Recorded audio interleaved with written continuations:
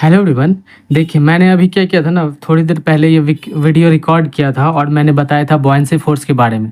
लेकिन प्रॉब्लम ये आई कि साउंड ही रिकॉर्ड नहीं हो पाया था, इसलिए मुझे दोबारा से रिकॉर्डिंग करना पड़ रहा है। तो मैंने जो पढ़ाया था उसी को मैं एक्सप्लेन कर देता हूँ।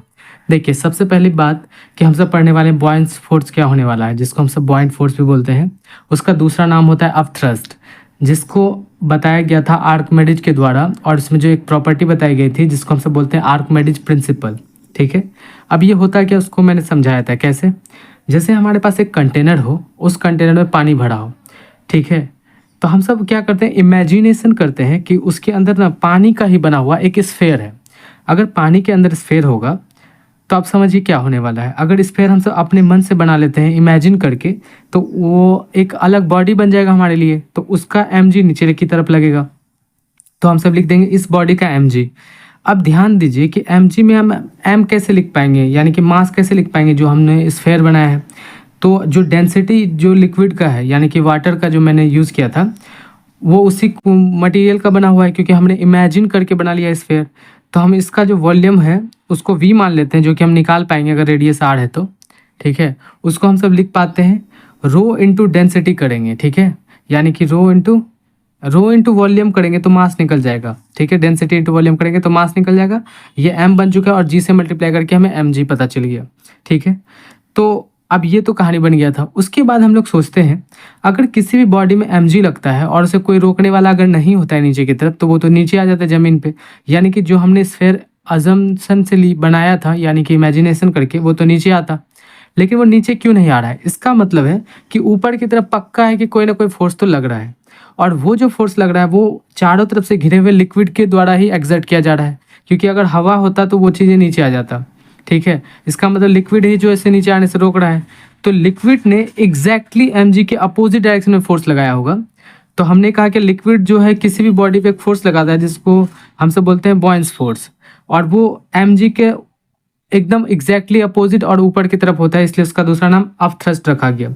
ठीक है, तो हमें पता चला कि mg के बराबर अगर फोर्स लगेगा बॉयंसी, तो बॉयंसी को हम बैलेंस करके लिख सकते हैं कि रो ऑफ लिक्विड जिससे वो घिरा हुआ है, हमारे लिए वो वाटर था, इनटू हम कर देंगे वॉल्यूम, इनटू करेंगे g। ये असल में mg लिखा हुआ है। ठीक है, अब इसको समझाने के लिए मैंने दूसरा एग्जाम्पल लिया। मान लीजिए हमारे पास एक कंटेनर है, इसी कंटेनर में जो हमने अभी पानी का माना था स्फेयर, उसको निकाल देते हैं और यहाँ पे कोई और मटेरियल भर देते हैं। तो होगा क्या, जैसे मान लीजिए कॉपर हो या फिर लकड़ी का बना हुआ स्फेयर हो, तो वो अपना mg लगाएगा और वो नीचे आना चाहेगा। लेकिन जो हमने अभी पहले एक्सपेरिमेंट में देखा था कि लिक्विड जो है अपवर्ड डायरेक्शन में mg के बराबर फोर्स लगाता है। हमने देखा था ये बचे हुए लिक्विड के द्वारा ही ये फोर्स लगाया गया था, जो चारों तरफ से घेर के रखा था इस स्फेयर को।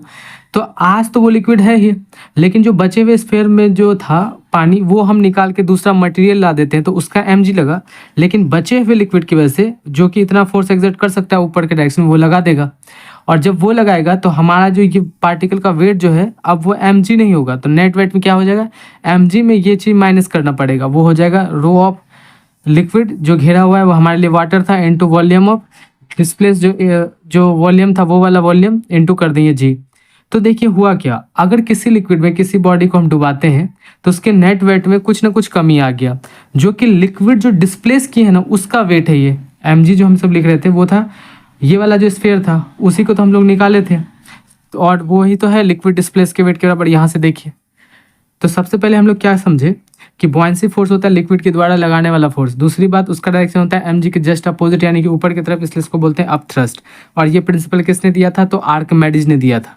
और आर्कमेडिज ने क्या प्रिंसिपल दिया था, अगर किसी भी बॉडी को लिक्विड में फुल्ली या हाफली सबमर्ज करते हैं तो उसके वेट में ना लिक्विड डिस्प्लेस के वेट के बराबर कमी आ जाती है। देखिए ये लिक्विड जो डिस्प्लेस हुआ था उसी के वेट के बराबर कमी आ चुका है mg में।